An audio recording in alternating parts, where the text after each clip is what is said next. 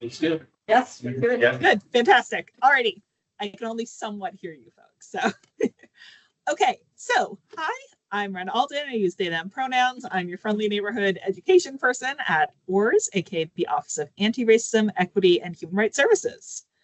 So, I want to give you a little bit of an update or bit of information about who ORS are, who we are at ORS, and what your rights are and what you have access to as part of our commitment to accessibility. So ORS does a lot of things, very few of them which we're going to talk about today, but you can always reach out to us for any support around human rights and sexual violence, education, awareness, and outreach like this right now, anything around accessibility and AODA compliance. We're also available for consultations, partnerships, and community engagement if you ever want to get in touch with us. We're here to help everyone at George Brown College. So when we talk about accessibility, we're talking about the ways that we're designing our spaces, our systems, our policies, our practices, our environments, our experiences, so that we're ideally meeting as many needs as possible, as equitably as possible. But we recognize that if we're not thinking about accessibility, a lot of our structures might just be designing for some people's needs, leaving a lot of other people with different needs with those needs unmet. So when we think about accessibility, although often we talk about disability, like we have on this image to the right here, we know that when we design with a focus on disability, we tend to make things better for everyone involved. So in terms of accessibility, you have a number of rights. So under the Accessibility for Ontarians with Disabilities Act, the AODA, and our accessibility policy, everyone who's a student at George Brown has a right to treat each other and be treated with respect and without discrimination or harassment. Everyone's got a right to give us feedback on accessibility and any barriers to access. So if something isn't working the way it needs to, let us know because we're here to help. You also have a right to equitable access to services, facilities, information, and communication, meaning that your access shouldn't be any more difficult than anyone else's just because of disability or different needs. You also have a right to get all of your education materials and resources in multiple accessible formats so that they meet your needs. And then in terms of assessments, when you're demonstrating what you've learned, you also have a right to get assessments that do not pose additional barriers based on your needs, and that you get knowledge and information about available support services and accommodations, which is what we're doing right here. So in terms of accessible content, on the web, which means anything in the internet, so on Brightspace, on GBC's social media, our website, anything else online, we have a responsibility to make sure our website and web content are meeting what we call the WCAG-A standards, which means they have to be perceivable, operable, understandable, and robust to people with a variety of different needs. So as someone making use of our websites, you need to be able to perceive all components. So there's no information that you can't tell what's there. We have adequate contrast so things are visible. We have alt text on images. On something with audio, we've got captions and transcripts available to you. You also need to be able to operate all of the functions with different inputs.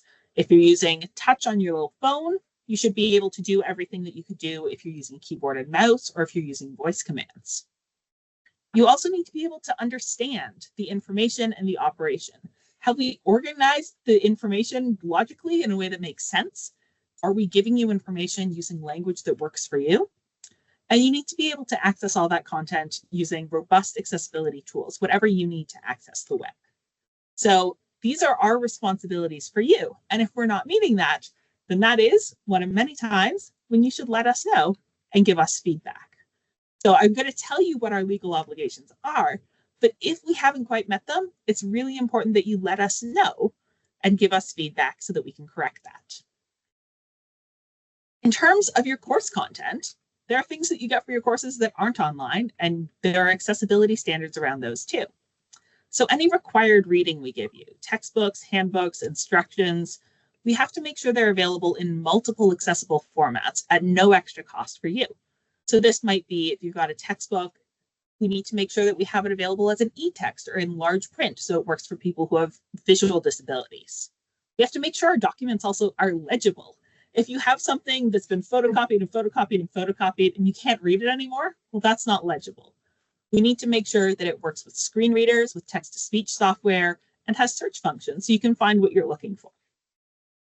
And we have to make sure that we have alternative modalities available. So if we're saying, we need you to look at this picture, we need you to watch this part of your course, then we have responsibility to give you alt text and descriptions to tell you what's in there. If we're giving you audio or video content, where a lot of what we're saying is just through audio means, we need to make sure, again, we've got captions and transcripts to write out what's said, what the sounds are, and important information that's communicated through audio.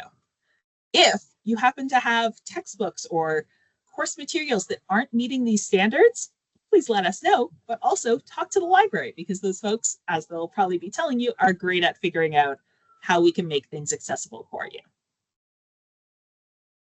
We also talk about your classes. Beyond what's available just in the internet, in Brightspace, and handed to you, your experience in your course needs to be accessible too. So we need to make sure we're making multiple communication formats available. Can you hear everyone who's talking, or do we need to make sure there are microphones? If you use ASL, we need to make sure that we have ASL interpretation available that's visible and that's at a pace that works for you. We also, of course, need to make sure that our slides, the information we're communicating, is also legible. Is font an adequate size or just squeezed in there? Is there enough contrast between the background and the text to see what's on there? In terms of learning activities, we need to make sure that you have access to the kind of support you need. So if you have disabilities or other needs that are preventing you from reading through things, taking notes, or participating in certain ways, we need to make sure that we're trying to make our course as accessible as possible so everyone can participate equitably. And if that isn't the case, that we're making accommodations, which we'll talk about a little later, in order to make sure that you can actually learn and demonstrate your learning. And lastly, for assessments, we need to make sure that our assessment materials are actually assessing what you've learned and what you're learning, instead of just saying, this is a race against the clock, or if you can't handwrite fast enough, you're not going to be able to pass. So some of the accommodations we have available include making sure you have access to a quiet or distraction-free space, making sure you can use a computer if that's something that you need, and have a lot of other additional accommodations to make sure that if you have needs that aren't being met or that are posing additional barriers with your assessments, we can try and meet those needs so that the assessment isn't made harder for no good reason.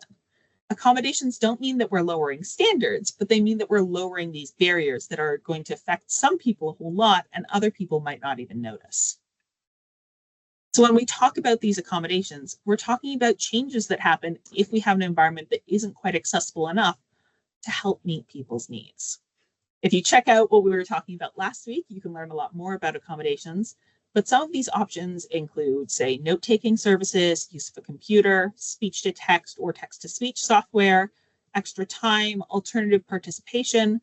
And if you need support around accommodations based on disability, accessible learning services are the people to talk to in order to figure out what your needs are and what accommodations will help meet those needs. So if you are experiencing disability-based access barriers and you need accommodations, register with ALS, talk to them. This is a free thing. You're already paying for it as part of your tuition. And we make sure that we keep your information really confidential. So we don't share anything about diagnoses with your instructor, your friends, or even your family. We also know that we make accommodations for reasons that aren't just disability-based.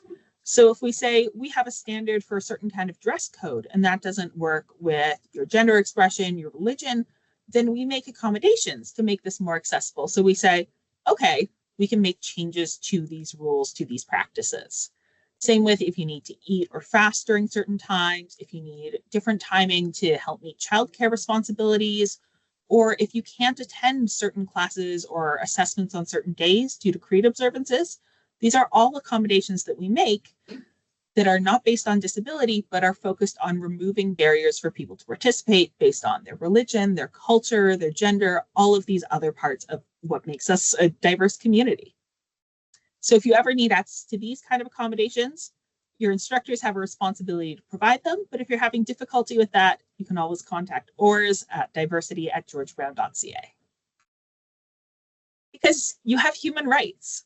All of these accommodations and accessibility factors are based on preventing any discrimination, harassment, or reprisal on the basis of who you are as a person. So that includes your age, your ancestry, color or race, citizenship, ethnic origin or place of origin, your creed, which often means religion and culture. Disability, of course, is in there, alongside family status and marital status, your gender identity, expression, if you're receiving public assistance, a record of offenses, sex and sexual orientation.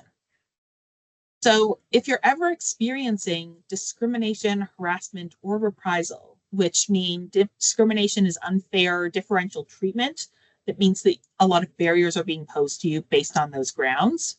Harassment can be a lot of annoying, provoking comments and behaviors based on that part of your identity.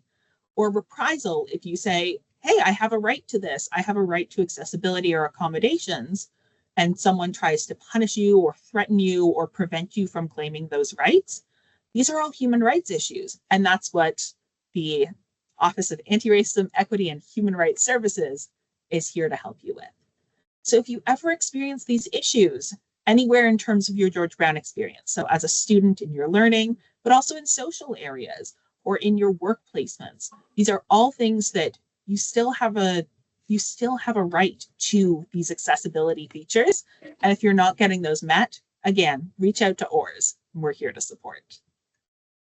So if you ever want to reach out to ORS, find out more about us, you can always send us an email, which is the #1 way to get in contact with us, at diversity@georgebrown.ca.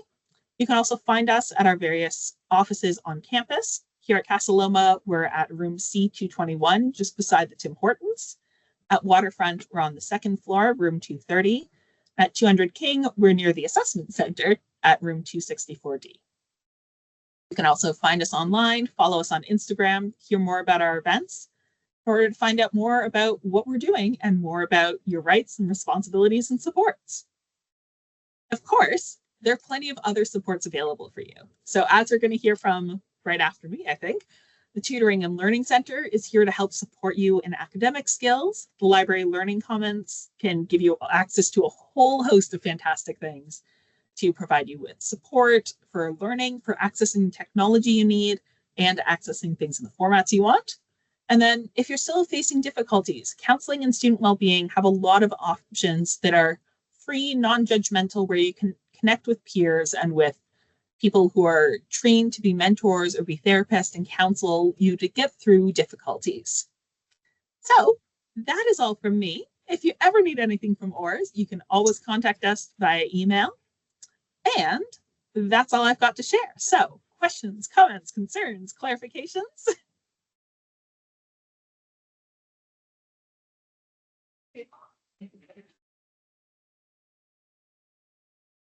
No?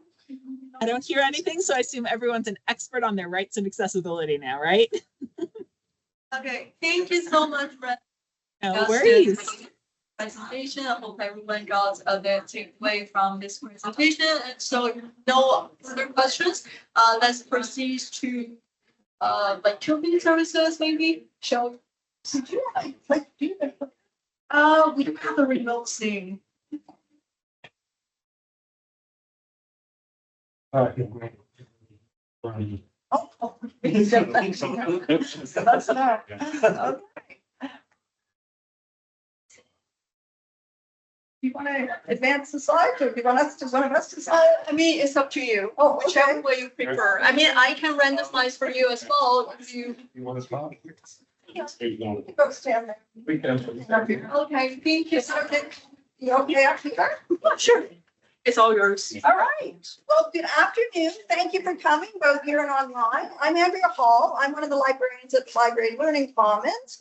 I'm here with my colleague, Bill McCaskill and Cook, and we are going to tell you all about what's available at the library. How many have been up to the library so far? Good. So you know a little bit about. We're off to a good start. So we want to talk about sort of the space we offer, the technology we offer, which Edwin will speak to. And Bill and I are going to talk about the research supports we offer. Okay, so if it's okay, we're happy to take questions as we go along, if you like, but you know, we can also answer questions at the end.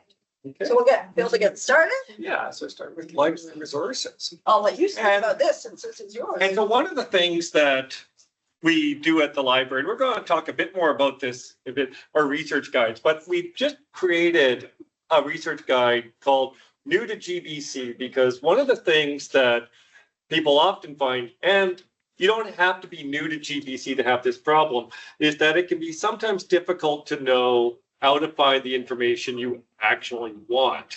And the problem that libraries often face is we give you so much information, we have so much information to share with you, it can be really difficult to know how to organize a library webpage in such a way that it's intuitive, so that you instantly know where to go to find what you need. So we created this research guide that is called New to GBC, whose primary aim is to point you directly to the information that most students really want to find. So, Sorry. no worries. Joining online Good. and. Yeah. So when you look at the research guide, we have a whole bunch of things. Like number one, where do you get help? Number two, contact library staff. Because searching the library, you often need to talk to someone directly. So we've given you things like, how do you actually get a phone number, not just the phone number, the extension to the actual library. Things you want to know, how do you print? How do you get your student ID? Do we have study spaces? How do you get to book a study room? All these things the students want. We also, and some students might not know this, but as long as you're a student at George Brown, whether or not you live in the city, you have full access to Toronto Public Library as well. So all the wonderful resources at TPL are available to you. And of course, the George Brown main website also has a lot of information that can be difficult to navigate and find what you want. So we also included a whole other page that specifically goes to the questions we get the most from students about, how do I find this on the main George Brown webpage? So the New to GBC guide is live on our website now, and it's going to be posted in a whole bunch of places to make it just that much, hopefully, easier for you to find the information you need. Okay, so as I said, we're going to talk a bit about our technology, a bit about our space, but we also want you to realize that we have a host of information that you're going to use as you do your research assignments. And it comes in many different formats. So most of it is contained in online research databases, but it's everything from newspapers, magazines, books, ebooks. We even have audio books. We have services like LinkedIn Learning and more. So those you're going to discover as you go through your program. Bill and I and all of the librarians provide instruction, so we will be coming into your classrooms to tell you about these, but we just wanted you to know that these things are available.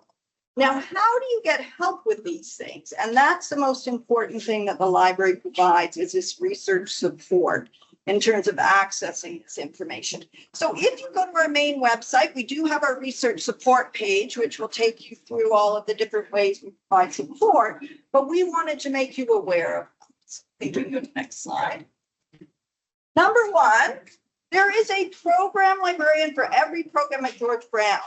I represent CCET. Is there anybody in any of the CCET programs today? Construction or architecture or engineering? No? Okay. Bill represents. I'm fashion and jewelry. Jewelry and ESL. Yeah. So we got some people from fashion and jewelry? No. Yeah. So certainly once you've started, when you've just started at GBC, but all through your program, we're your go-to people. So we do research sessions. As I say, we come to your classroom. Sometimes they're tailored to a specific assignment. Sometimes they're tailored to your program in general. We provide many, many, many one-on-one research consultations. You are going to find our contact information at the library website. You can email us anytime, and we're happy to meet with you either online or in person to help with research. We also provide something called research guides, and these are often tailored to specific programs or specific assignments. And they kind of cut through the noise a little. So there is so much information on our website, but what we do is we look at a specific course or assignment and we pull out the most relevant resources, okay? So that's something you'll come across as well. Yeah, so you can, when you go to our section of research guide, most of the research guides that if we support a specific course, those are embedded right in your Brightspace page. So you can go to your Brightspace page and you can find. So for instance, I'm the librarian for fashion. So I have a whole bunch of research guides that are specifically designed to support students in particular courses. So if you're in jewelry and you're doing history of jewelry and gemstones, there's a research guide that pulls together everything you need that's going to help you to be successful in that course through the library. And so you can find that nice and easily. But they're also available on the library webpage. And we pull in the books that will be the most useful, the databases. But we also pull in websites because the library, I mean, we'll never say don't go to Google to find your information because there's a lot of good information out there. But it can be difficult to find that. Your liaison librarians are really good at finding information on Google. So on research guides, we'll often pull in really good freely available links that you might not know about. So what we're looking at is a research guide for Fashion 1091, the history of costume, and students research various eras of history throughout their course. So if you're looking for books on 17th century fashion, here are some of the best books available. If you're looking for men's clothing or clothing on the ancient world, we pull that all together because when you do a search in main library catalog, there's a lot of information that comes up. So we pull out what we think are the best to get you started. Yeah. Okay. So as I said, you have a program librarian. We have a research desk in the library that's staffed. You're always welcome to contact us or come to the research desk. But oftentimes you may be off campus. It may be later in the evening, or maybe we're not, checking our email or on a weekend. We also have a live chat service, and this is staffed by librarians and library technicians. They can provide very detailed research assistance. As you can see, it's open quite late into the evening. It's open until 9 p.m. It's open on the weekends where we may or may not be on our email. So we do invite you to use that as well if you need research help. And these are real people. Yeah, they can help They're with, not bots. they can help with citations. It's, you have to turn your essay in and you need a little help with your citations. They can help with that. If you have a detailed research question, they can help with that as well.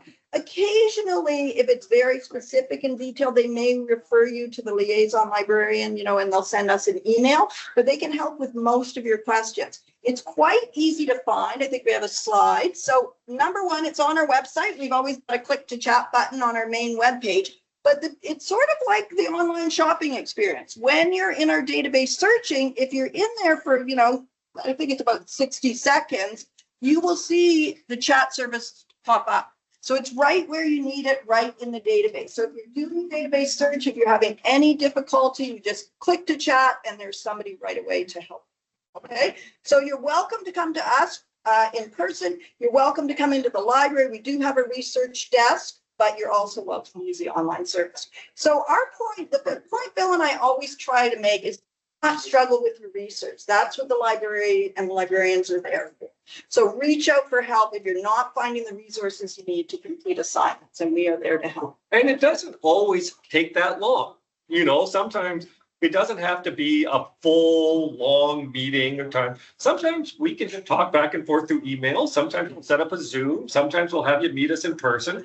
But sometimes it can be pretty quick. So, and instead of, if you're struggling and you're frustrated, we often know some shortcuts to get you there. So that can really save you some time. So always get in touch. So never hesitate. Never hesitate, because that's why we're here.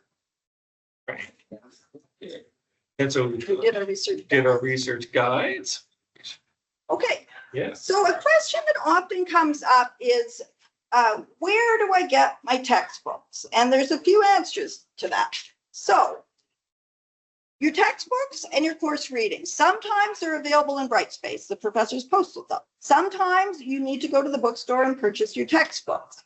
And what GBC Library helps with is we do try, where possible, to get one copy of every textbook for every course. And that we keep on what we call our reserve collection. So that's if you haven't bought your textbook yet, or you left it at home and you need to just look at a few pages for a class, you can come and see if our copy is available. I think you can go.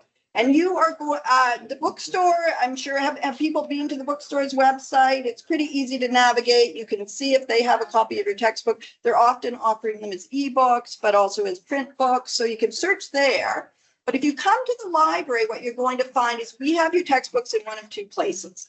Has anybody seen the vending machines outside of the library? This is where many of the textbooks are. It's in what we call our reserve collection, which means you can borrow them for 3 hours at a time. And that's so everybody in the class, you know, who needs it can get access.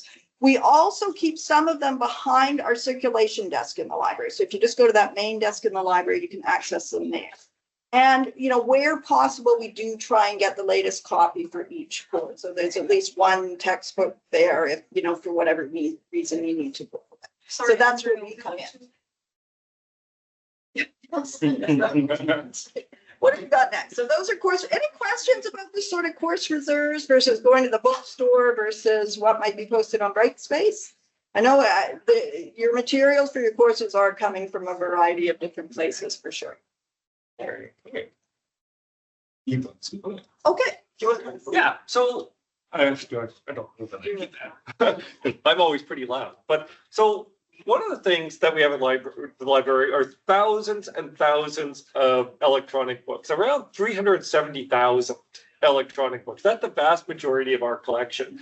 But the ebook collection in the library, George Brown, is different from the ebook collection that you're going to find in a public library. All of our materials in the library, they're designed to reflect curriculum. They're designed to support what we teach at George Brown. So you're not going to find a gigantic collection of popular reading material, which would be very much the mandate of a public library.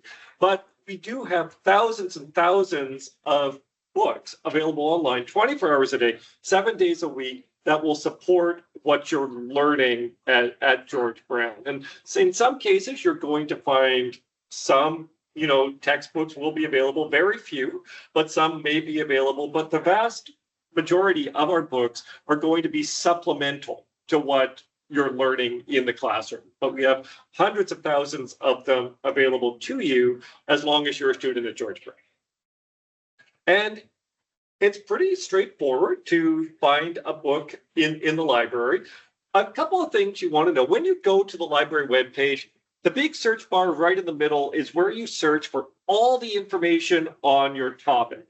And you're going to find in the search bar all of our books, all of our videos, all of our art, or most of our articles in our journals, magazines, and newspapers. So you're going to search for anything in the library collections in that main search bar.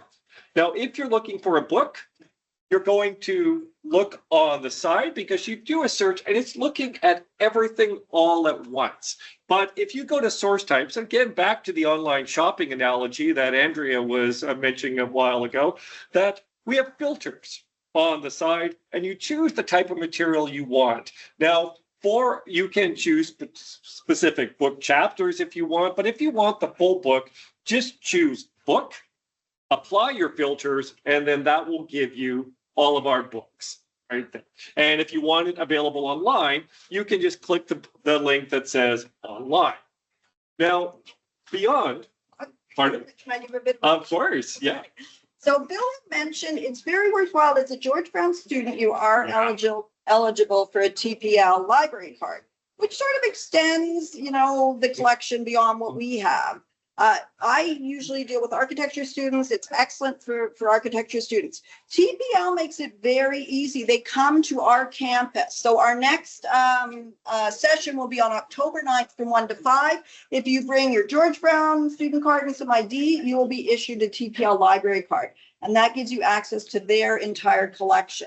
I would not say the collection is strong in textbooks, but it's certainly strong in a lot of supplementary material. So we really do encourage you, while you're here at George Brown, you can have full access to the TPL collection. So do make sure to do that. Okay. The other thing, I don't think we'll go too much into how to do a search, because as I said, we'll come to your classroom, and that's one of the things we teach in our initial session in your first semester.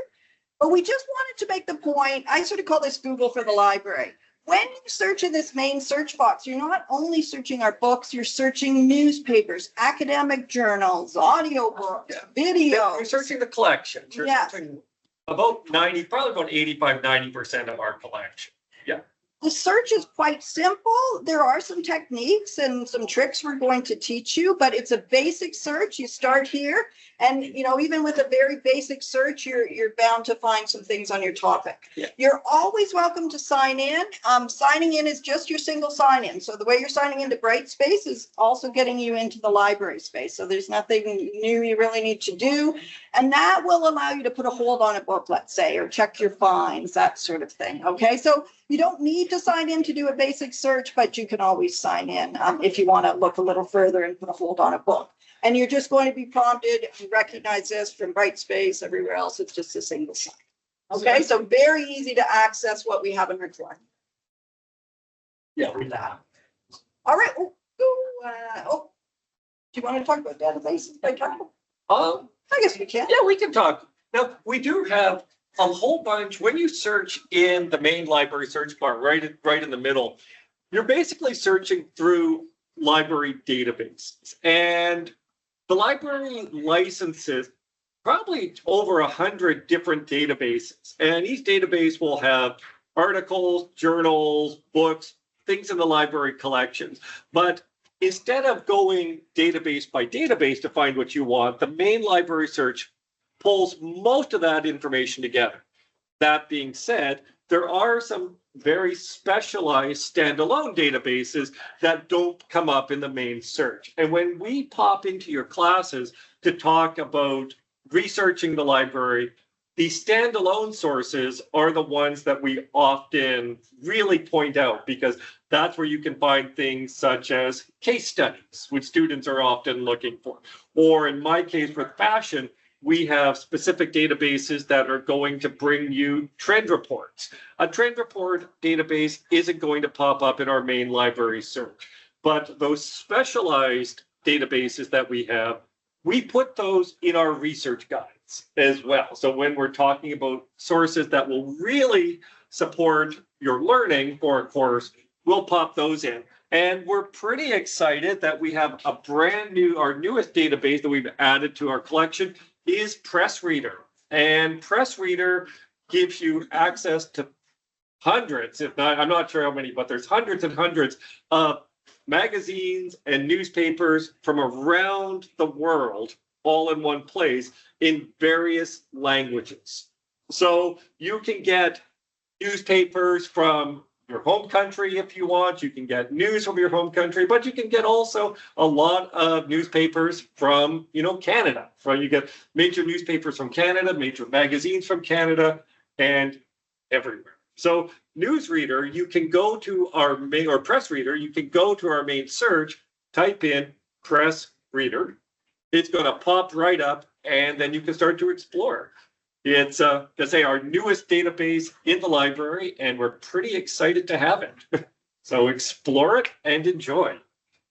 Just so you know, if you want to keep up with what's going on in the library, you're always going to find our library news and services tab right underneath the main search. If we have to, if we have special hours for, holidays or something, it'll be under there. If we're introducing new databases, it will be under there. If we have new equipment coming in or we're opening a new room, we just last year reopened our virtual reality lab, Patsaloma. We'll have information on that. When TPL is coming to help with library cards, that will be under library news. So very easy to keep up with all the things, services that are going on in the library. And I think, okay. And I wanted to talk a little bit about accessible library services. So we have all this great information, but we do try to make it as accessible as possible for everyone. So we have an extended loan policy if people need it. We provide research support. We have a number of research videos. So we do come to your classroom. We show you how to do things. Your professors might mention how to search in the library, but we support all that with asynchronous videos that you can watch anytime. You can go at your own pace. They're all fully captioned. Back. We'll assist with photocopying, we'll retrieve books, and very important, if you need an accessible format of any material held in the library, so the library has to own it, we can get you an accessible format copy through our ACE service. We have the adaptive technology labs. I believe there's a room in each, at each campus if you need to use the adaptable technology. And there's just one more thing I wanted to mention. We have a number of databases. Before we purchase them, we put them through a process we call LEAP, just to make sure they're accessible, or if they do have accessibility challenges, that there's a workaround. So most of the material you're finding in the library can be provided. It's either already accessible or we'll provide it in an accessible format. Yeah, and we do have physical libraries at all of our campuses. So St. James, Casa Loma, 341 King, Waterfront, and various, I think we've got a couple of other small satellite campuses around. You can come into a physical library. You can find quiet individual study space. You can find group study space. You can find tables. You can find, and the libraries, the hours are pretty good. You can open from around 8 in the morning, Monday through Friday, to around 10, 11. And Saturday, Sunday, we're open limited hours on Saturday, Sunday, but you can certainly come in as well. So if you want a physical location to work, find your materials, they're available on all the campuses. Right? Has everyone's been to the library? Correct? Excellent. So everything Bill and I presented today, you can certainly look at the library homepage. I think Edwin's got a few shots with the library homepage and our drop-down menu. So anything about our accessible library services, as you saw, news and services, how to get to the databases, all very easily accessible from the libraries. And really easy to find the library webpage. All you need to do is go to Google, type in GBC library, even GBCL will work, and that will get you right to the library webpage. So simple search and you'll find everything you need. But now over to Edwin.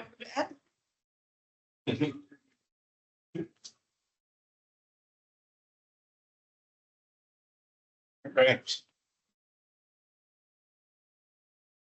So my name is Edwin. I also work in the library. Part of my job is to help students with tech support. So today I'm just going to go through a few tech sort of things.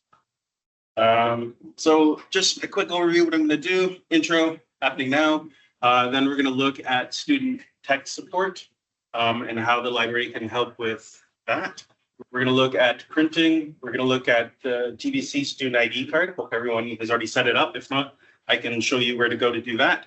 We're going to look at Office 365 and free software like that. We're going to look at Apps Anywhere. We're going to look at sort of our Borrow program of technologies in the library. And then we can do a quick Q&A. So I know that sometimes it's a little confusing when you first start trying to get things set up in the library. I'm sorry, for your George Brown sort of experience, things like passwords, finding out what softwares you have available and things like that. If you come to the library, we can help you out with that. We have in-person help and we also have online help. So in person, we can help with setting up the George Brown email onto your personal devices. We can help with the GBC app, either installing it or being able to access your student ID through that. We can help with accessing, or if you need to access the LLC computers and you're having issues with software on it or whatever, we have lots of open access labs that you can come in. Just let us know and we can come over and help you out with any issues there.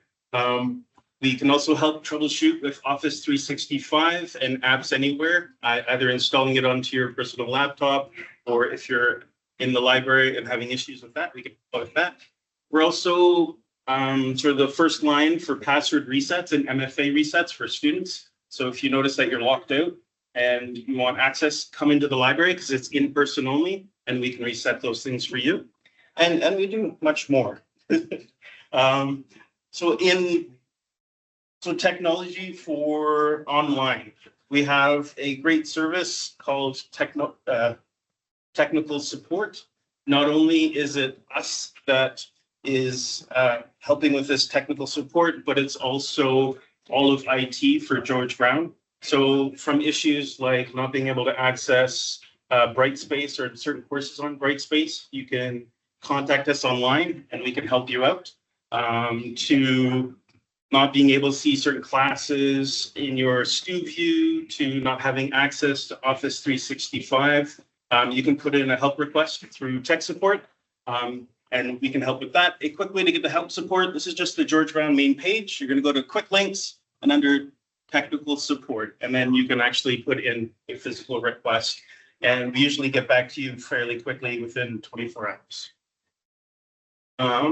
So we're going to look at the printing services. George Brown has printers at all of our locations. The printers are kind of unique in that they are online and you can print from any device. So you can print from your personal laptop, a cell phone. One really cool thing is you can actually print from home and it will sit in the system for 24 hours. So what I do is sometimes, like today, I have notes and I printed it from home. I came in today, just tapped my card or logged in and then pulled up my account and I was able to release the jobs that way. So we have printing services like that. Here at Casa we have plotters, so that's for poster size printing. And we also have 3D printers at each of our main locations. I didn't bring anything with me, but we have some pretty interesting things that students have created and that we've created to showcase of our 3D printers. So the library is in charge of photo IDs. Does everybody here set up their student ID card? Yeah? Okay. So the reason to create your student ID card is that it gives you access to different things around campus. One of the things is tapping onto the printers instead of having to log in, which is kind of nice. It's also your gym membership card. Everyone has access to the gym, and all you need is your student ID card, which is pretty nice. And to set up your student ID, you need to be fully registered and have selected your classes. You need a photo of yourself, you need your student number and your password, and of course, a computer or mobile device to submit it. And then just quickly, again, if you're on the George Brown main page, if you go under current students under ID card, that's how you would access it. And then from there, you're just going to go through the simple process. And this is the privacy statement. And at any point during the process, if you notice that your image isn't being loaded or you're not getting any response, you don't know how your card's going, you can always contact us at cardoffice@georgebrown.ca and we can help you from there. Just to log in, it's going to be a simple student number and password. I know I've had students say I can't log in and they're putting their student number at George Brown. So this one is slightly different. So just your student number.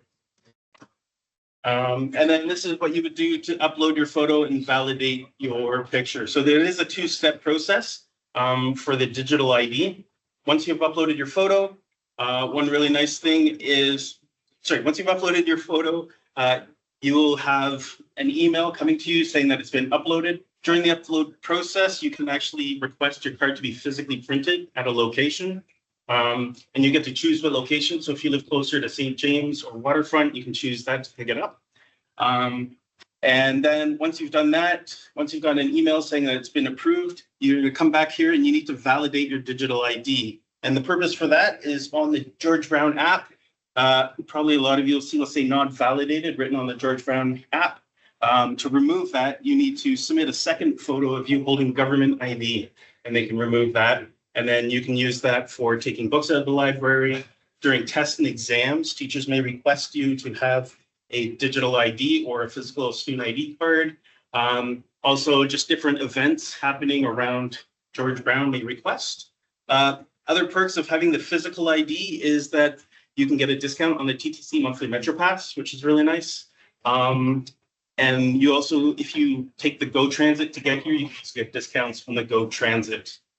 All right, we're going to jump over to Microsoft Office. So all students have access to Microsoft Office, and that gives you 5 licenses to download Word, Excel, PowerPoint, Outlook, that bundle. And you can download it onto your computer, your cell phone, your tablet. I think I've used 4 out of the 5 licenses so far. It's pretty awesome. To access it, there's 2 ways. The quick way is just by typing office.com in your internet browser. Or if you want to go through the George Brown main page under quick links, under Office 365. One nice thing about George Brown is that you can access your documents. If you save it onto OneDrive, you can access your documents online, or you can actually download OneDrive onto your computer, and then you have an offline version and an online version. And whenever you're connected to the network, they'll sync up together. They'll pick the most recent one, and then you'll be able to access it that way. And just to log into it, it's pretty easy. It's going to be your student number at georgebrown.ca, and then the password is your GDC password. So this is what it's going to look like. To access the online versions of Word, Excel, PowerPoint, you're just going to go to, it's really hard to see, I apologize, the number 1, just at the top left of the web page. You'll see 9 little dots. You click on that, and then in there, you'll be able to find your Word, Excel, PowerPoint if you want it to work online. Also, if you wanted to install it onto your personal computer or device, under number 2 here on the top right, that's where you would go to download and install it onto your computer. And again, if you have any issues, just let us know at the library and we can help you with that. So OneDrive, I'm just going to talk really quickly. OneDrive is an important thing. You have a terabyte worth of storage space, which is a crazy amount of space. It is great to save your work, documents, all those different things. You work on projects. One really nice thing about this is that you can actually share your documents with other students or faculty. So if you wanted to hand something in, you can share it that way. Or if you wanted to work on a document together, you have, as the owner of the document, you can actually go back about 500 versions. So if you're working on a project and it kind of gets out of hand, you can always go back, which is really nice.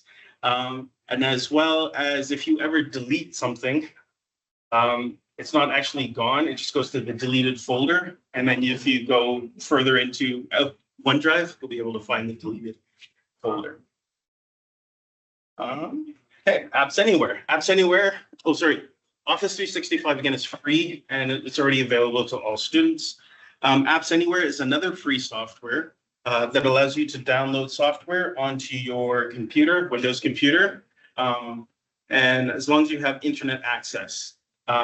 So what you would do is you would go to, I think I have, so you can go to the George Brown main page under current student. You're going to go to tech, I think it's tech support, not tech support.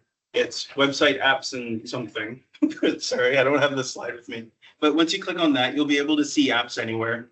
You're going to log in. It's going to get you to initial setup Apps Anywhere because it is a program that runs on your computer. Once you've done that, you'll be able to access different applications that are program specific to your class. And yeah, it's a great program. You'll also notice that in the George Brown computers, Apps Anywhere is everywhere. So it has the same kind of feel. Okay, so finally, I'm going to look at borrowing technology at the library. So this is just our website saying that we have technology to borrow. Certain locations, you actually don't see the technology, where you have it kind of hidden behind in cupboards, which is kind of unfortunate. But you do have technology you can borrow. It's free. All you need is your student ID card, and you can borrow these things. We have things like laptops and iPads and MiFis. We actually have a really long list of different things. So we have, Windows laptops, Macs.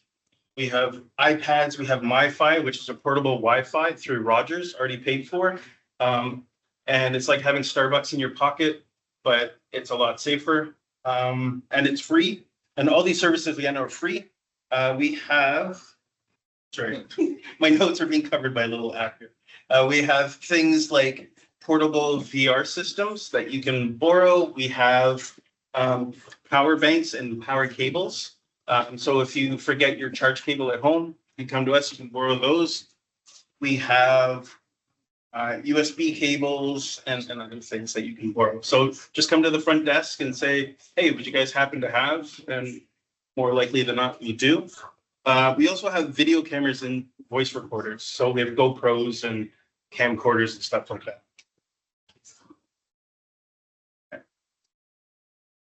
I know we already touched upon it, but we have tons of study space in the library.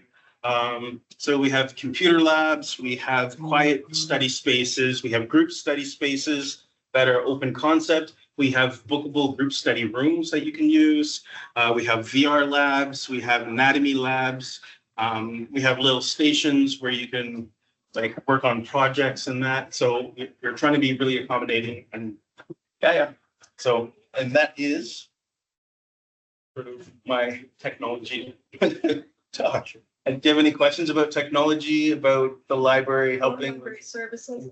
library services? Question? So, what is the fee? So they're for 8 hours on campus because we have so many students, and now that we've come back to on-campus learning, it is 8 hours on campus, great for taking notes in class. If you pair that with the OneDrive, so you can save all your documents there, then it's a great way of being able to access your work, working group assignments and stuff like that. And at the end of the day, you just give back the laptop, good to go. What about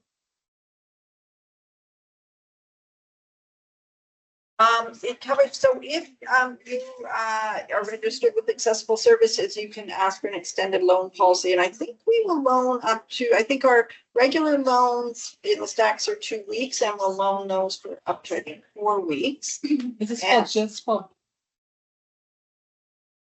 Does it For come? technology, depending on the program you're taking, there may be extended loans for laptops and that. Best thing to do is come to the library and ask. And if you depend, yeah, so it depends. So if you come to the library, you can ask, we can, you know, what sort of criteria or circumstance it is. Be available. Yeah.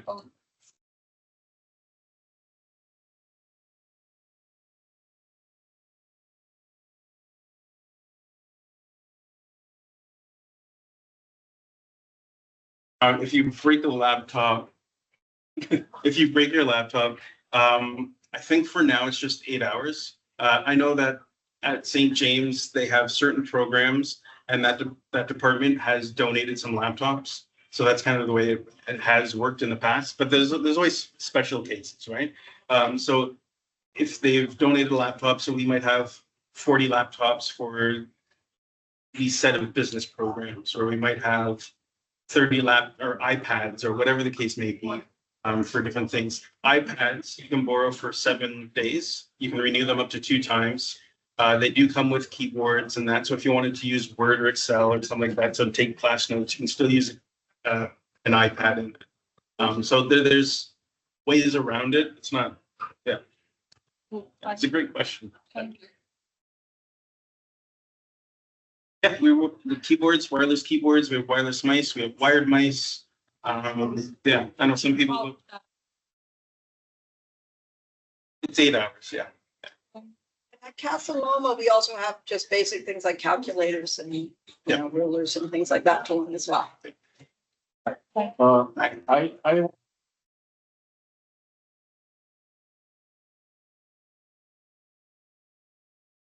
Yeah. Okay. I'm just gonna restate your question. I don't know if this mic's going to everybody, but so the question was Adobe software. Yeah. So the way it works is it's program specific for Apps Anywhere. So depending on what program you're taking, so if you're taking business, if you're taking, I don't know, AutoCAD related architecture and stuff like that, but you'll see different things in there. So there's the design students will get the Adobe suite. The CCE Yeah. would have AutoCAD, for Yeah. instance, Yeah. and Revit and things like that. And then the nursing department will have some nursing software that you won't see. So yeah, so it all depends on what the department says we would like our students to have access to. And then from there, they've opened up access to. That opens question. Can students request access beyond the program? So to request access, you would have to request it through the technical support. Or you can request it to your professor or teacher, and then they can put that request in to have it available for their students. For that class. For that right? class, for that either for that class, for that student, or be granular. I have a couple of questions. How much it costs to bring the library? You have to pay. Wonderful question. Okay, so the question was, how much does it cost to print in the library? And it is, so what you would do is you put money onto your library account. It's not really your card, but it's your library account. It's 4 cents for black and white per side, and then 30 cents for color. If you're doing depending on the location. So here we have plotters. It is, I think, $7, if I'm not mistaken. No, yes, no, I think it's $7. If you go onto the library website, it will break it down for you. But yeah, and then we have for 3D printing, there's another cost for 3D printing. It's per hour. The way that works is you would bring in a USB key with your project on it. We would plug it into our computer. We would take a look at it. We can make suggestions like infill, which is like the little hatching inside. Depending on how much hatching, it determines how long it's going to take. And so therefore, we can say, okay, fine, this project's going to take 5 hours to print. This project can take 20 hours to print, depending on the size and all. So then by then, at that point, you say, okay, is this would be the cost, and then you can choose to go with that or not. Second question is, what happens after you graduate with your 360? Because if you're saying a lot of stuff. Okay, so you have access to Office 365 for as long as you are a student. So if you happen to take 3-year program and you do it in 4 years, you have it for as long as you're a student, plus up to a year. So it usually resets in September. So yeah, so up to a year. So do save any work that you want to keep afterwards, but you do have some time to do so. It's not like as soon as you're done, we kick you out. You have no access. And if it ever does get disabled, so it never deletes it, we disable it. You can always contact IT, and then they can re-enable it for a month or so that you can grab stuff off. For up to a year. Up to a year after you've graduated. Okay. And just to mention, alumni do have borrowing privileges still at the GBC library when you get your alumni card. So you don't have access to our electronic databases, but you do have access still to our non-reserved print collection. And you're welcome to come and use the library spaces as well. Yeah. You also have access to the computers. We'll give you an alumni password, and then you can actually go onto the computers and use the computers as well. Continuing education students access as well. They have the same privileges or they're not? Sorry. Continuing education students. Yes. Yeah. They have. Yes, they do. And they get the full Office 365. They do. Yes. Yeah. Is the alumni card rated or something? The alumni card, you do apply for it, as I understand. Is it? Alumni card, or it might just be alumni We services. can do the alumni. Alumni services, and they'll issue you, and that's what we recognize in the library. And yeah, and also I'm pretty sure once you graduate, like a month or two later, they'll send you an email or something saying, hey, you're now an alumni. Would you like to have an alumni? So, Yes. Yes. and You can come in and use the word, my in understanding the is, yes, you workstation, can come and correct. use the Yeah. workstation in the space. Does that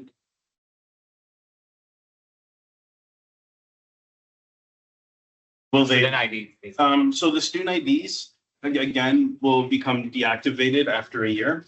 Or actually, I think it's a little sooner than that. But if you come back, let's say you want to take a year off, they'll be deactivated. And if you're coming back to the same program, that card will be reactivated once you've registered again. Or if you're coming back with a new course, what you would do is you give us the old card, and then we'll print you off a new card with a new program code on it, and we'll just swap them. sliding, If you're taking a new Okay. program. like my career.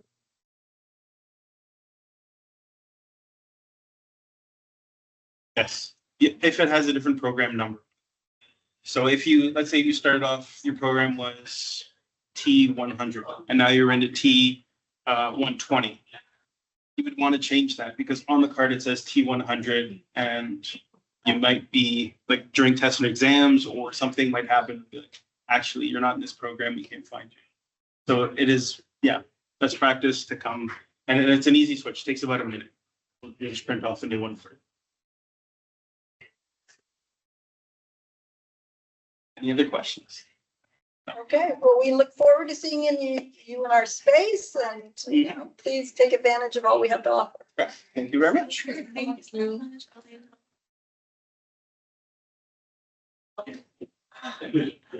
And so, Anna, would you like to? Sure. Continue with the,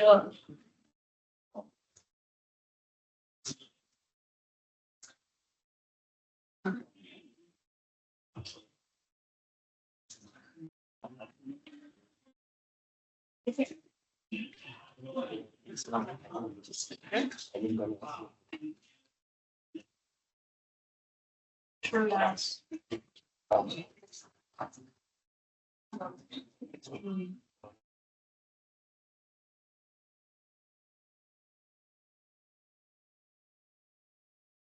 It's like samples.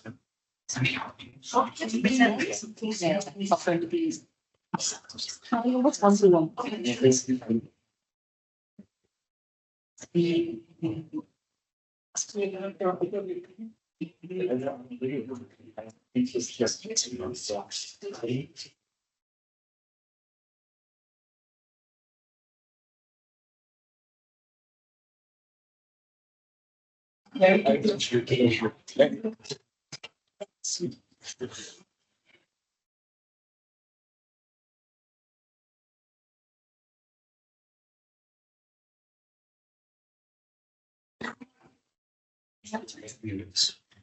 I'm doing this one.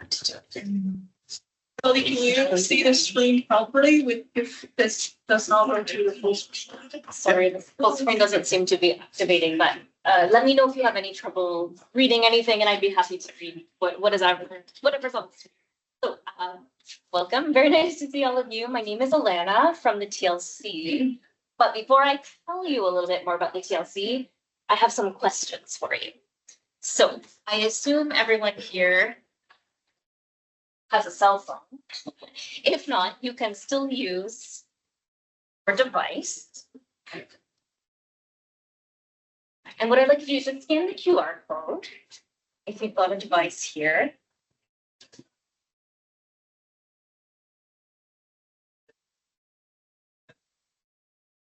I'll just give you a moment. It's going to give you a little login name. It's usually just a fun name. I'll wait until you've logged in.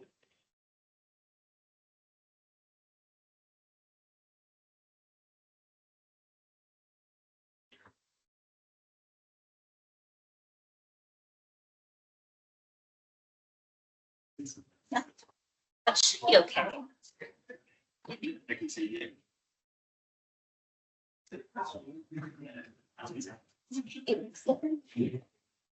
Oh my God.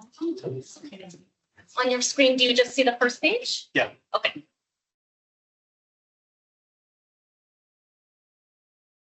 So let's hope it works. It looks a little bit different. I'm not entirely sure why, but let me go to the next slide and let me know if you can see it on your screen or not. Should be okay because I don't know how to log in. Okay, so I'm gonna ask you 5 questions. Okay, and let's see how you do on these questions. If you have any issues connecting, just let me know and I'll quickly log in. Okay, perhaps that's the issue here. Okay. So the first question. Oh no. Did you get the answer to the first question? Okay. The page is not changing. Can I pause the share for just a moment? Sure. Okay. I mean, if you feel comfortable pausing. Like, That question,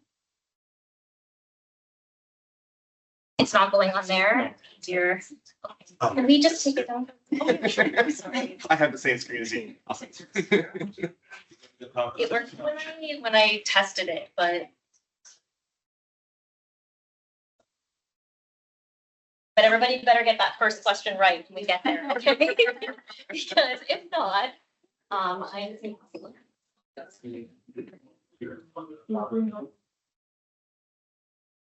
You can talk amongst yourselves over 2 minutes. How was your day? What program are you in?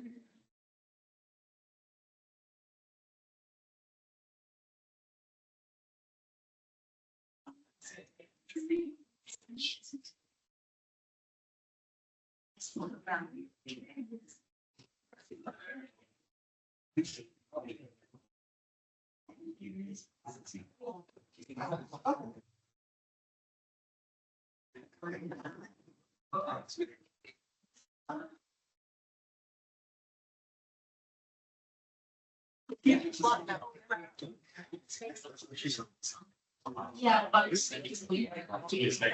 You can swing it. they should have shared. Not really sure.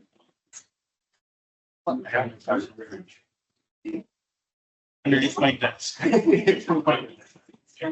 have detail on my.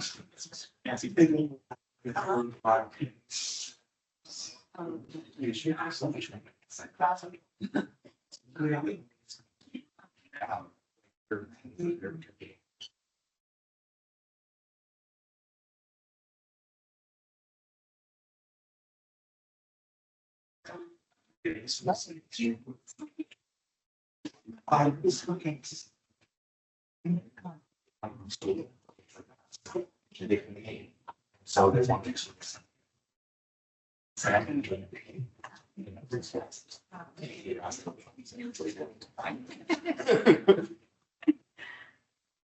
It's okay. It's a serious one. So yeah.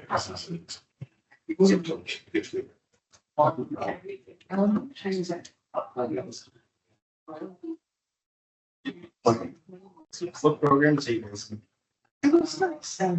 We just Just graduated from.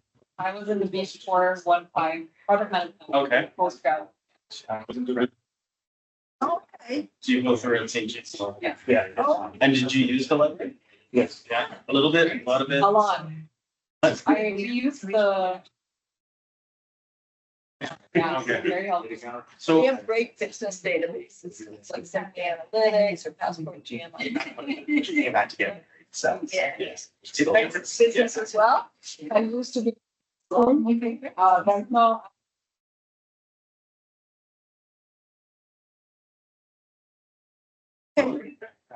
If you were to give advice to first year students in regards to the services that you're trying to do, would you say use them? Would you say you should look into? So take advantage of. Yes. Take advantage. Of it. What's going on? How can we reach out to students? What would you say? Hey, it's us knocking on this class door. That help. Like how can we reach out? 'Cause I know for some people, it's you only need the service when you need. You only Yeah. listen to the service when you need the service. But then how are you supposed to know that it's out there? Yeah, like, last year. Like, Yeah. maybe, during orientation Yeah. for like even your class or something. That's would be more.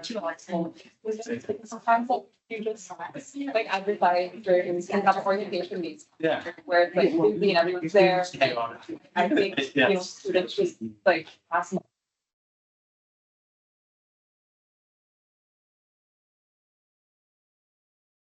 And would an in person be good? Or if we were to like make a video and say, hey, we're the library, we're this, what would? I think attention.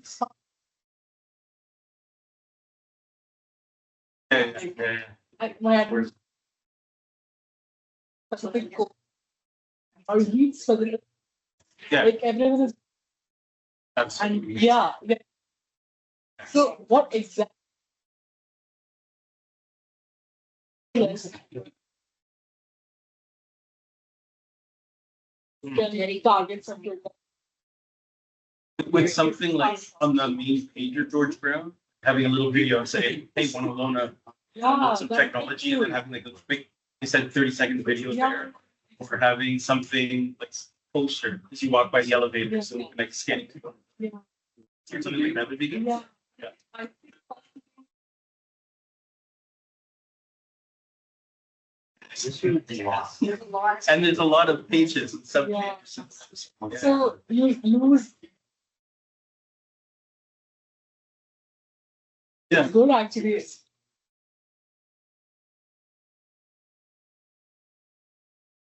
Interesting. Yeah. It's easy. But that's good. This is sharing with. Because I work for the technology, I'm just trying to figure out how to convert it, how to reach out. Like at one point, I was like, we don't have anything on the wash. We closed the stall door. We should have a sign saying, how come you're not sitting here with a laptop or something silly like that? Yeah, I don't know, something fun to me. So, I don't know, it's good. It's really. Thank you.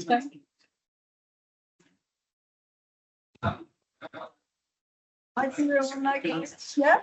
Oh, okay, so that's reflecting. There's a lot of stuff. this section. Yeah. So that would be a fun. So I don't know about You quit. When I think about the alumni cards, I think also you get access to career centers for a certain amount of time. And that is such a great networking resource and helping resume building. So it's, yeah. Now, they have a lot of sessions. Yeah. So people forget, like, as soon as you're done, you're not really done. We're not, it's still, but again, like you said, there's so many reasons, there's so many reasons that how do you let students know at the right time?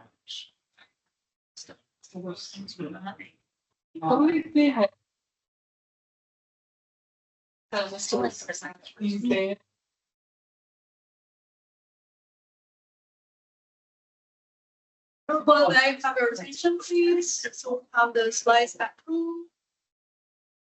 Okay, Thank you for your patience. I'm back. So clearly you're not gonna ask me for time help, okay? So what not to come to the TLC for? No, you can, just don't ask me. Okay, let's try that again. Sorry, everybody. So that looks much, much better. If you don't have a scanner, you can just type in menti.com. Yeah. Now it's good? Okay, Yeah. hooray. We got there. I got there. Is everybody connected? Yeah. So now I know the first question is gonna be really hard for you. So I want you to take some time, okay, to think about your response before you answer it. So I'm going to ask you a series of 5 questions, and then I will explain to you why I am asking you these questions. So the first one is, because I'm sure you could never guess, I'll just wait until you're all there. I don't know if anyone online is playing, but hopefully. Are you ready?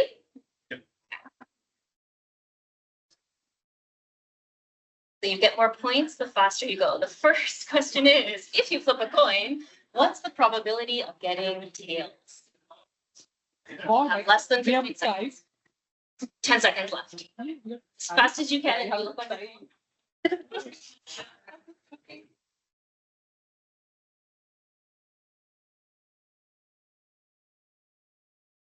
Okay. I was Did it- 70%. I think, What did you put? Just 50? Yeah. Okay, so let's see. It was a time crunch.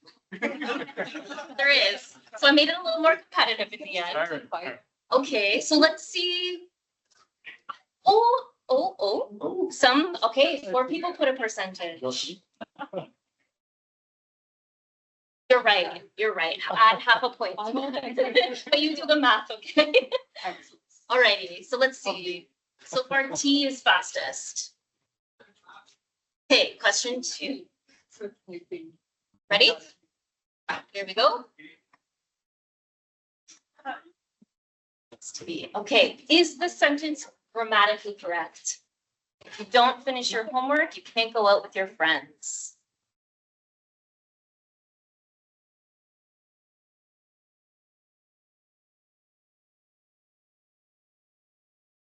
Right, don't cry. I won't ask any more hard questions after we're finished. Okay, so 4 people said yes, 5 people said no. The answer is no. Can anybody say why? Comma. Okay, where should the comma be? Mark, anything else? And The period, the period, exactly. So punctuation. I'm sure you write far more complexly than this, but it doesn't fit into Mentimeter. So here we go. Okay, let's see who got that the fastest. Is T still in the race? Whoa. Is T in the room or is this an online person? It's you. Okay, let's see if we can catch up.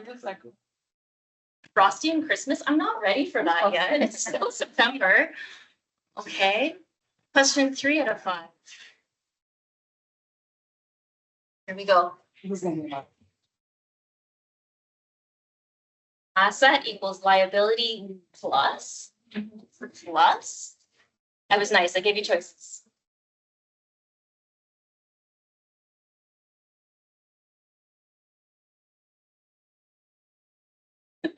Don't worry, I didn't know it either. All good. 1 second. One person got it correct. The answer is owner's equity.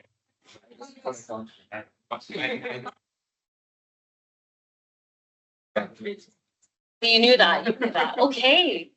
So RK just got a whole bunch of points. You're moving on up. OT, watch out. 5, we're almost there.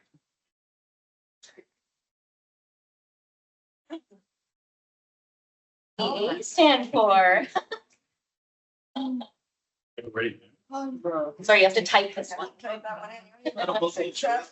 No multiple choice. I'm nice, but sometimes, you know, it's not always.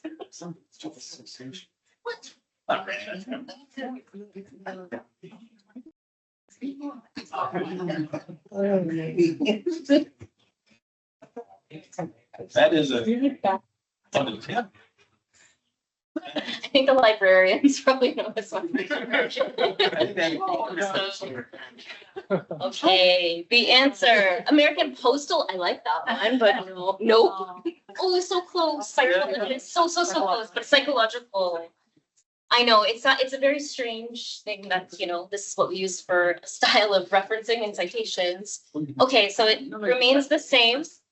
You have one more choice, or one more chance. Last question. Don't hate me after this. I'll put it. I'm not even gonna read that. Nope. Give me your answer. You can put it in.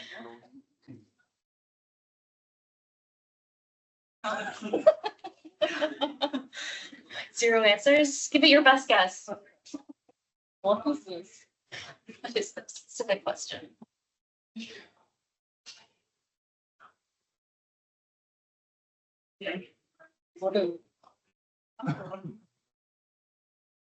Okay, 4 answers. I have a feeling they're going to be. Okay, that's the correct answer. 1, thanks. Math is hard. Not today. I left my brain at home. Yeah, I feel like that sometimes. Okay, this was just a trick. To get this, you would have to spend probably 4 hours doing this equation. Okay, but I asked you this hard one for a reason. But first, let's see who the winner is. And I think it'll remain the same from the last 4 questions. So T, it looks like you are the winner. Congratulations. Give yourself a pat on the back. Okay, so imagine you're sitting in your class, whatever it may be that you're studying, and you have no idea what your prof is talking about, or you're reading through your course materials and you think, pardon me, I left my brain at home today.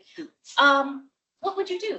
What could you do here at George Brown if you don't understand something in your courses? Feel free to just type in a couple of responses. You can write in unlimited ideas. And let's just take a look and see what you come up with. Ask my professor for sure. Nice how screens. Ask a friend for sure. Book a session with the TLC. Whoever wrote that. Thank you. Search for it online. Absolutely. Google has a lot. I knew that. I was just about to say I haven't seen ChatGPT yet, but there we are. Ask ChatGPT. Do more research on it for sure. Research, read.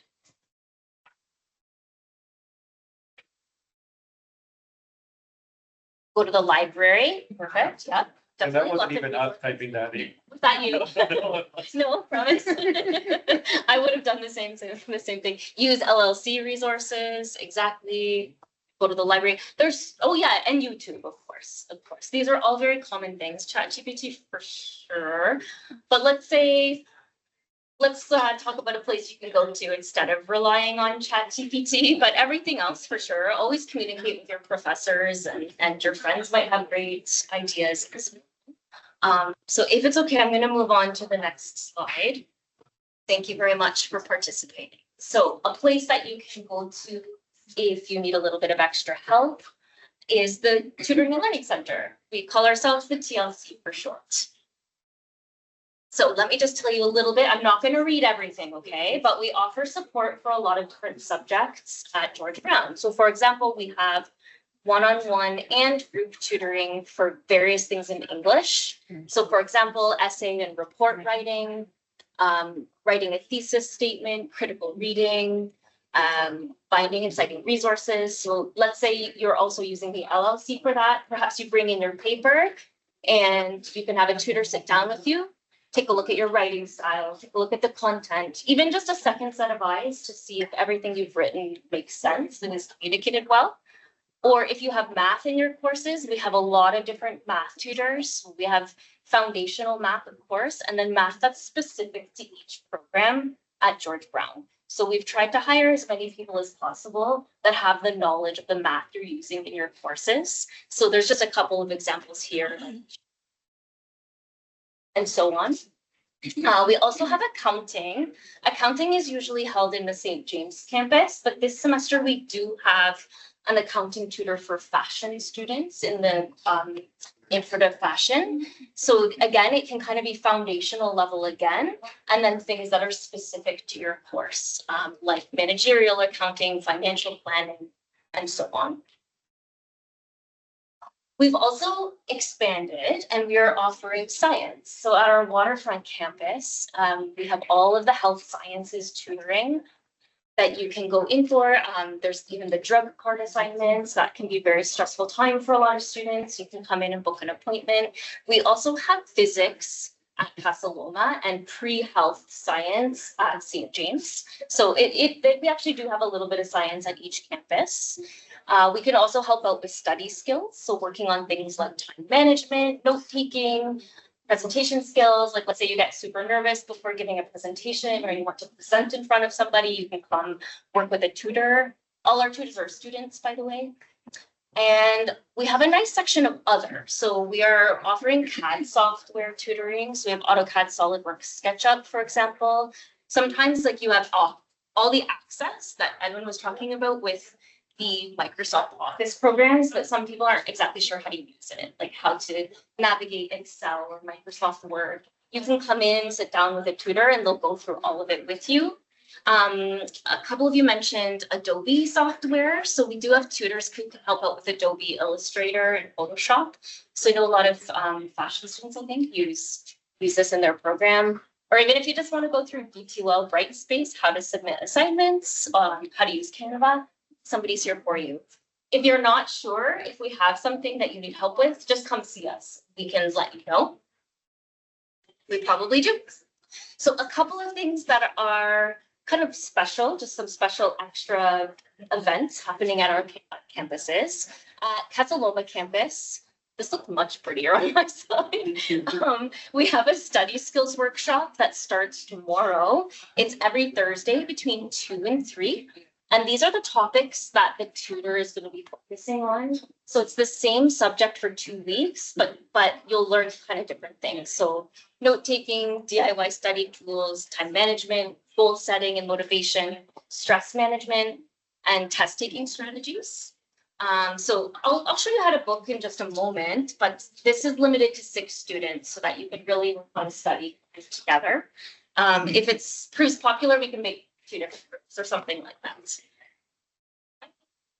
Another is we have a public speaking circle. Now, just please note this is at 200 King Street East on Tuesdays between 11 and 12, and this starts next week. So this is also great if you want to learn about, giving effective presentations in a group format.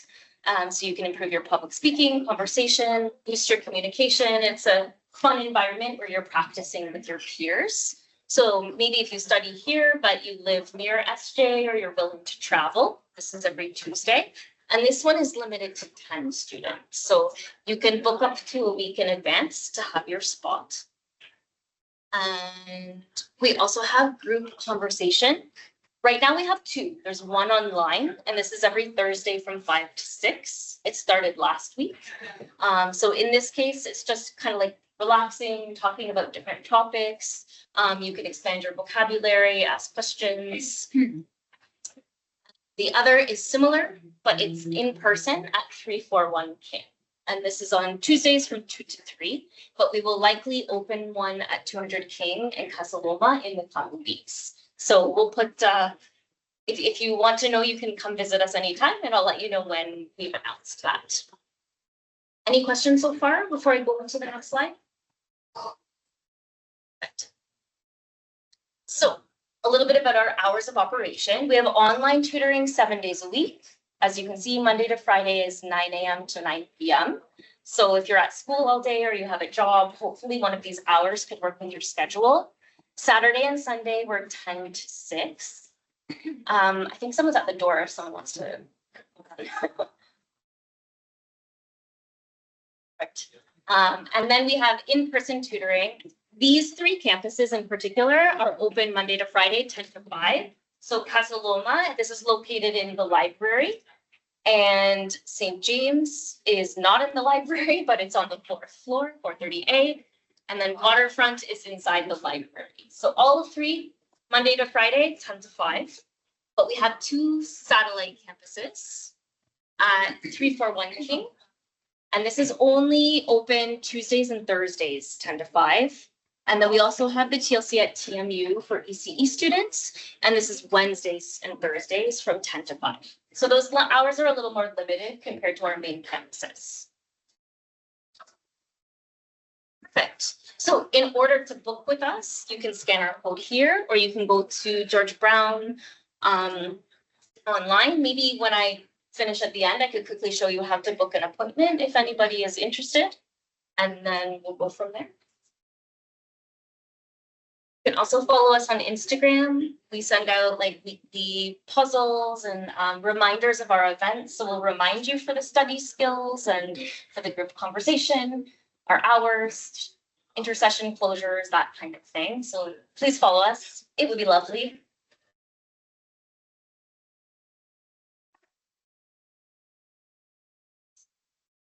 We also offer opportunities for students to work at the TLC. Right now, we've finished hiring for the fall, but we might hire for the winter. So if you're interested, you can apply online. But you do need to be a student currently enrolled at George Brown in order to work for us. So I know some of you just said you graduated, but if you start another program, you can apply as a tutor. Okay, so you can see we hire for 2 different roles, as a tutor and then peer leading, where you're kind of facilitating a more like classroom style course. It's just all review. Okay. Any questions? Go ahead. I'll also leave the Menti up if you want to type your question if you don't feel comfortable answering it. Go ahead. I was just gonna ask, is TLC for full-time students only? So for continuous education or part-time? Only students, as long as they're registered. So continuing ed, part-time, full-time. But yes, you do need to be enrolled as a student with a student ID to access it. And you don't have to pay. Someone tried to pay yesterday, actually at the TLC, but okay, better say that. It's included in their tuition, which is why you have to be a student to access it. Any extra questions? What do you look for your tutors? Like what qualifications, I think, is maybe what somebody is thinking of. So it depends on the subject that you would like to tutor. So for example, I'm an English advisor, so I only hire people for English and now AutoCAD. So we do have certain requirements. They are on our website, but essentially for tutors, we are looking for people who have performed quite well in the communication courses. So whether that's COM 1000 or 2000 or another COMs, we're looking for someone who has achieved about an A. Other than that, like if you happen to have previous tutoring experience, that's great. But if not, it's an asset if you have customer service experience, since we are providing a service to students. But really, it's mostly that one grade that we look at the most, and then we would have an interview, do a little bit of a mock tutor to T session, and then see how you do that. Because if it's a new student who hasn't done the common course yet, but they have previous studies elsewhere, would they be able to apply? Absolutely. Yeah. Absolutely. We do. If somebody doesn't have the previous studies, then we would like for people to complete 1 semester first and then apply. But that's also a good idea anyway, because you're kind of getting used to being in the school. But for sure, a lot of our students have studied elsewhere, degrees elsewhere. So for sure, we would just look at the unofficial transcript. Any other questions? Do you want me to show you how to book an appointment, or are you okay? Yeah, that's good. Okay, I don't wanna take more time than I already did since we had our little hiccup at the beginning. Well, thank you very much. And now it's time for you to do math. The next group. Thank you so much, Archana. So next will be says, have and working about peer and toolbox.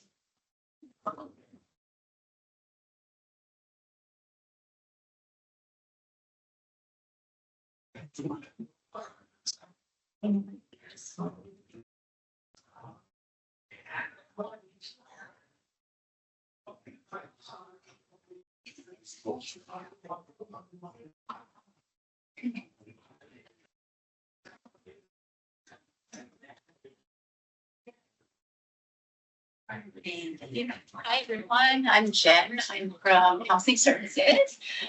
So here to let you know about services available to you. Just so you know, our services are available for your entire time at the college. So from beginning to end, even in the summer, we're still open.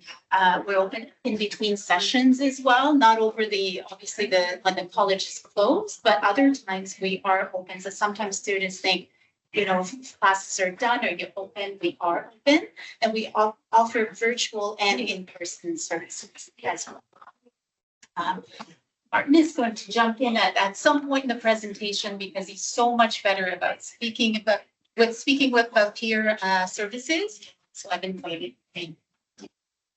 So I want to give you an idea of some of the challenges that students might face, and which may help find that our services are helpful. And I'll talk about the variety of services that we offer. Just to give you a sense, we have a lot of students coming for any one of those issues and more. This is just a sampling.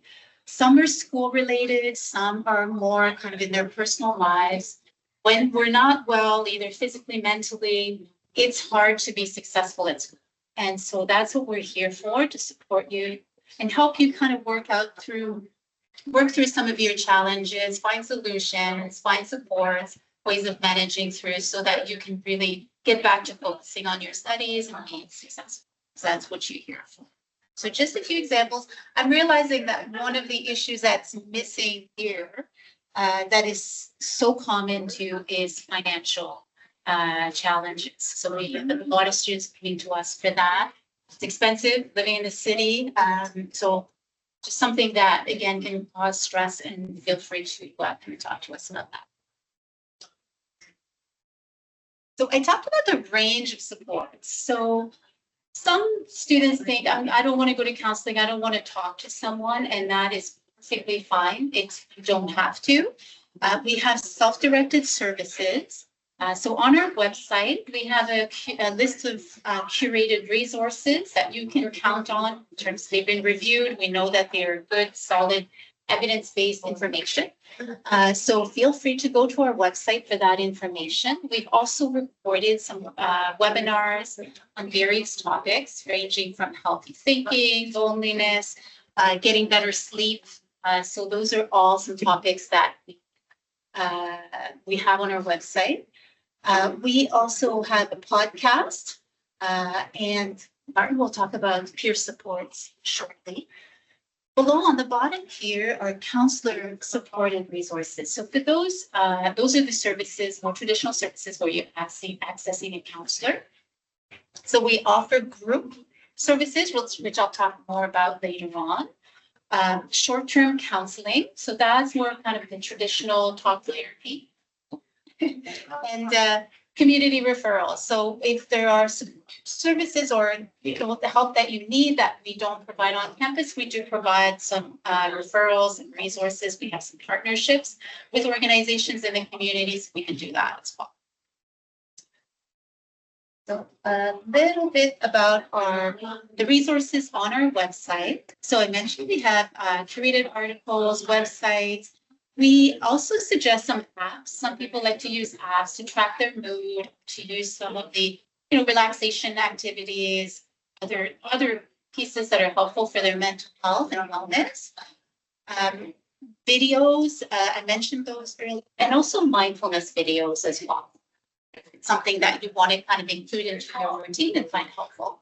We have that, and I've listed the website here on the bottom. Peer Mentor Plus. So Peer Mentor Plus is that shared lived experience of being a student. It's having gone through the balancing of work and life and school.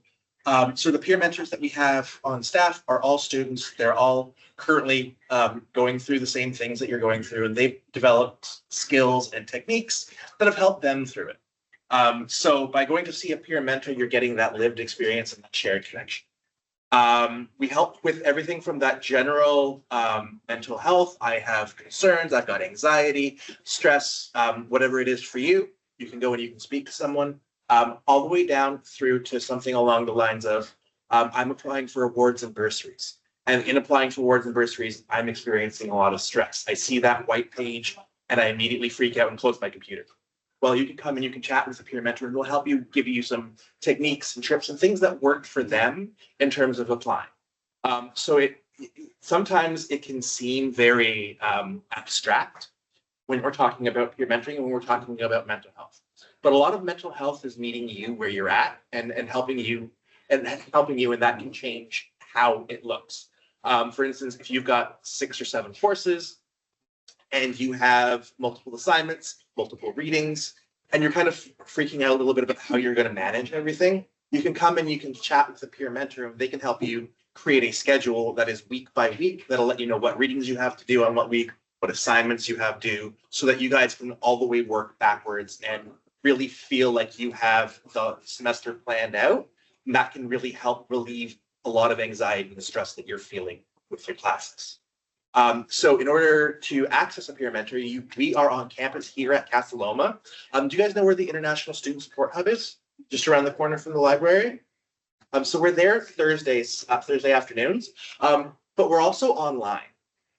We are Monday to Friday, 10 to 4. All you have to do is go to the GBC website and type in peer mentor, and you can make an appointment on our website to chat with a peer mentor. Sessions are 45 minutes in length, and you can take as many sessions as you need. We also do a variety of other things that are around peer mental health and inclusion. For instance, we have a lot of deaf programming in the college. George Brown has a larger deaf community than most colleges within Ontario. Next week is International Week of the Deaf. So we have a variety of events that are happening at St. James campus at 341 King Street.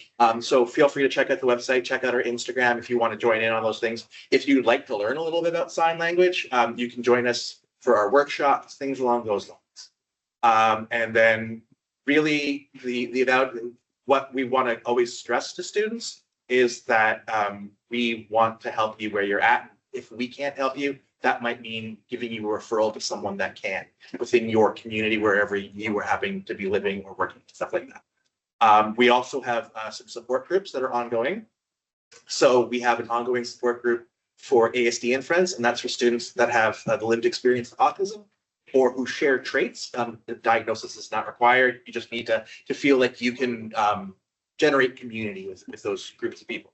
And the other group that we have is a biweekly East Asian student support. So that's for people that have that link to the common culture and things like that. I know for me, my mom is East Indian, and we did not talk about mental health in my family growing up.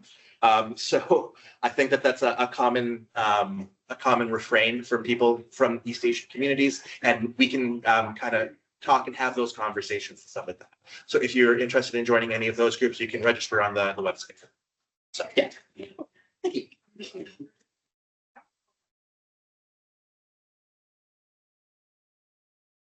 Here's what to expect from our groups. I mentioned the groups earlier.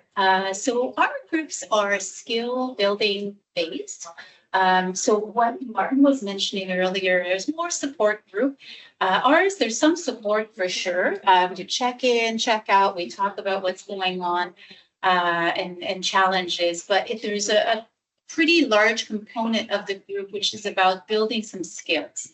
So it could be skills for managing anxiety, could be skills for managing depression, and other. It could be mindfulness. So it's really about developing those skills that can help you in other sort of situations. And also being sort of with a small group of students who are experiencing similar challenges. There's something that's really powerful about that. If you've never been in a group, as we hear all the time from people in the group, it's like, I don't feel like I'm alone. There are other people with similar challenges, and they also learn from others. They have ideas on what can help. So there's that peer support within those groups, but it is led by a counselor or two counselors sometimes. Yeah. So here's some topics that you may see this fall. We're offering healthy relationships, healthy emotions, healthy thoughts, lots of healthy, mindfulness skills, etc. We also have a movement group as well. So if some people are interested in that. And I just want to mention too, on our website, you will find more information. So if you want a description. And we also have, which we can share with you, a poster with all of the groups, which gives you a bit of a description, when they're offered, and so the registration link. So that's something that can be shared with you. If you come to our desk, I'll talk about our location later. We can share that with you so you have it all in one page. Feel free to take a picture of it too. What can you expect from individual counseling? So that's kind of the talk, more of the talk therapy that you may or may not be familiar with, but something that you might have heard about.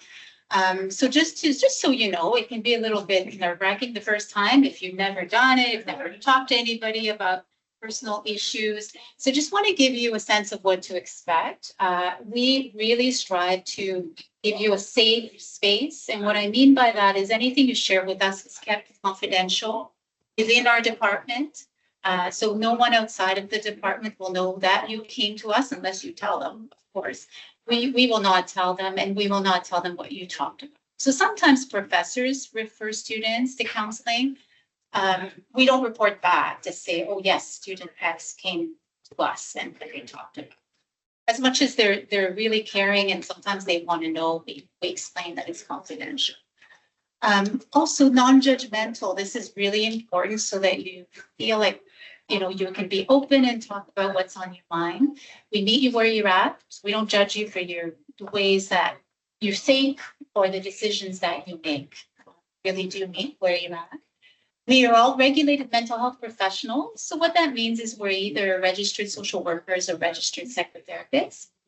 So we have a code of ethics. We belong to regulatory college, and so that you can trust that we have the education, the experience that is needed to do this work.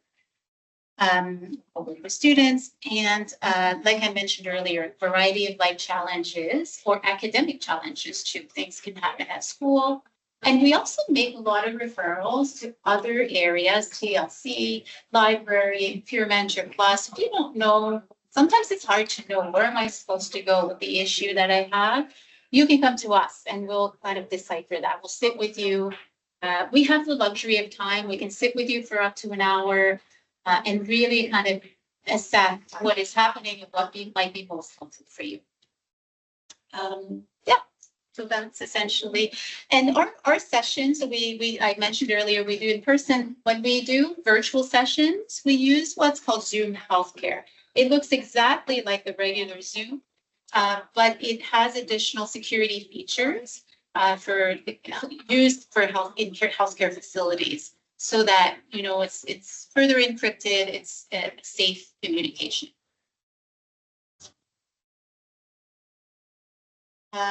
How to access us, our services. We do have a counseling student portal accessible through our website, which allows you to book appointments. You can communicate with us through that secure portal as well. So it's more secure than email. You can certainly communicate with us through email as well, but that's just an added layer of security. You can cancel your appointments. So there's lots of options of what you can do on there. Other ways that you can access us, you can call, email, come in person. All of those ways work for booking an appointment, or if you just have questions about our services. So here at Casa Loma, we are located near the library as well. So if you know where the library is, you'll find us pretty easily in C317. So we're kind of between the Career Center and the library. And our information is here. Feel free to take a picture if you like. Feel free to let your classmates know about us too. Like sometimes you may not need our support, but a classmate is just, they seem to be really overwhelmed. They're struggling with a lot of things. So please let them know about our services. And if there's an urgent issue, also let us know. Because we can sometimes accommodate same day appointments or maybe next day appointments. We try to do so.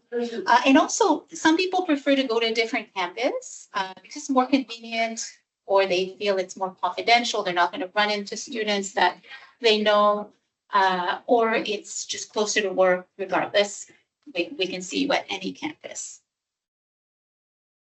And we are open 8:30 to 4:30, Monday through Friday, but we know that supports can be needed after hours or on the weekend. So this is a list of resources that are at the bottom here, 24/7. And holidays too, they're always open. So you can contact any of these supports for just any time you're needing to talk to someone. And at the top are some other services on campus, Black Student Support Network, Indigenous Mentorship Programs. If you don't know about these services, I encourage you to. I can't speak to them as well as someone from those areas, but their website will give you some information about services if you'd like to take advantage of those services as well. Any questions about Peer Mentor Plus or about counseling and student well-being? Thank you so much for listening. Maybe I Oh, just have if you have a question. a question. We have heard from students sometimes coming to the academic support program as a support that they have a hard time like accessing counseling services like right away or short period of time. On average, how long will they have to wait before they can access the counseling services like one-on-ones or something like that? So it varies. It depends on the time of year. Our busiest time is October, November. So during those times, it might take a little bit longer, but we aim to see students within a week, if possible. We are also, this is hot off the press. We haven't advertised this yet, but I'll let you know. As of September 30th, we're going to be offering same-day appointments. So students will be able to come as of 9 o'clock, first come, first serve, to access an appointment the same day. So there's limited numbers, of course. We can't accommodate everyone, but every day. So if they can't access the one day, then the next day they can come and access one of those spots as well. And they'll have the option of virtual or in person, depending on where they are. Okay, and this works once a month or every week or Sorry, are these appointments once a month, once a week? How often? Oh, I see. When someone comes regularly, yeah, it depends. Depends on the student and the counselor, that sort of their assessment of what is needed. It could be every week, it could be every other week, or sometimes students come for single sessions as needed as well. So it really depends on the needs of the student. The first time we meet with you, we do a thorough assessment to figure out what would be most helpful for you. Because not everybody needs the same sort of weekly counseling. So, yeah. Thank you. Any other questions?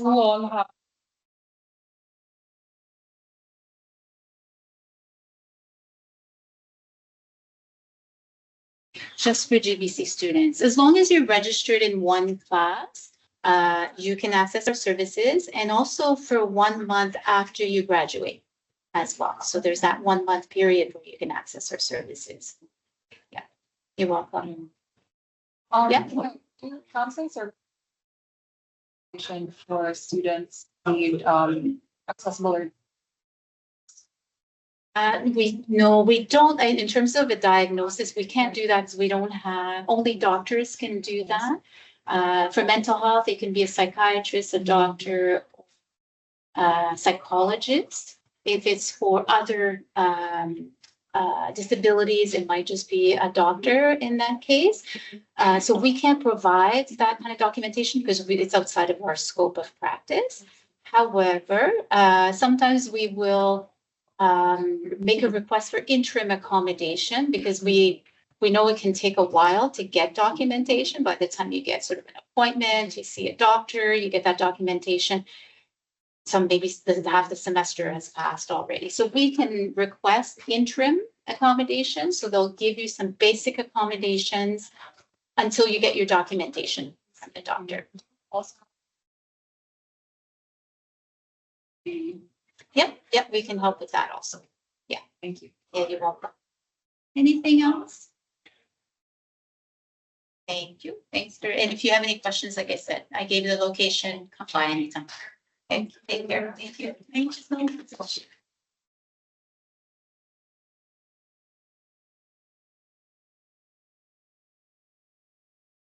So just in general, do you have any other questions to ask our guest speakers before they leave for responsibilities?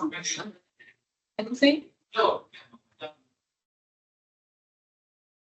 Everything was very useful. Thank you so much for your time. Thank you. Thank you.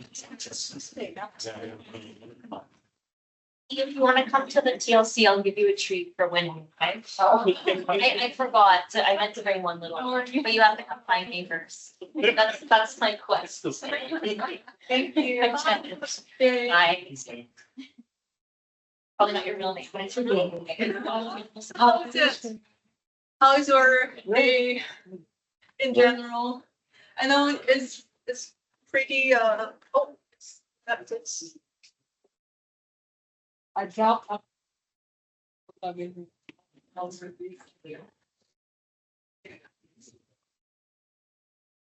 good only.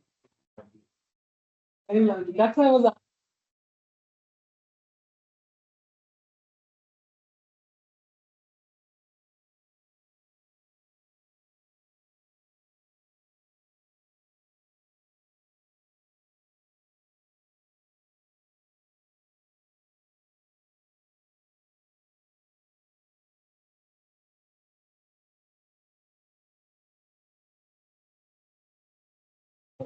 so that's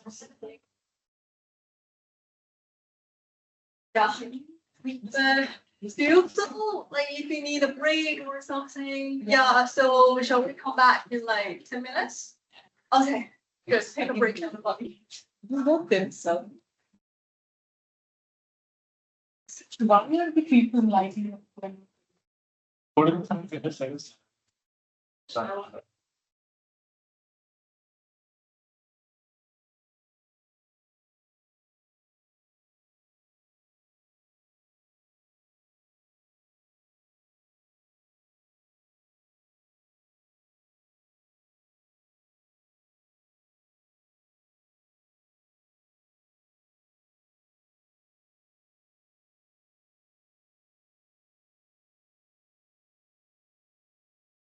Oh yeah.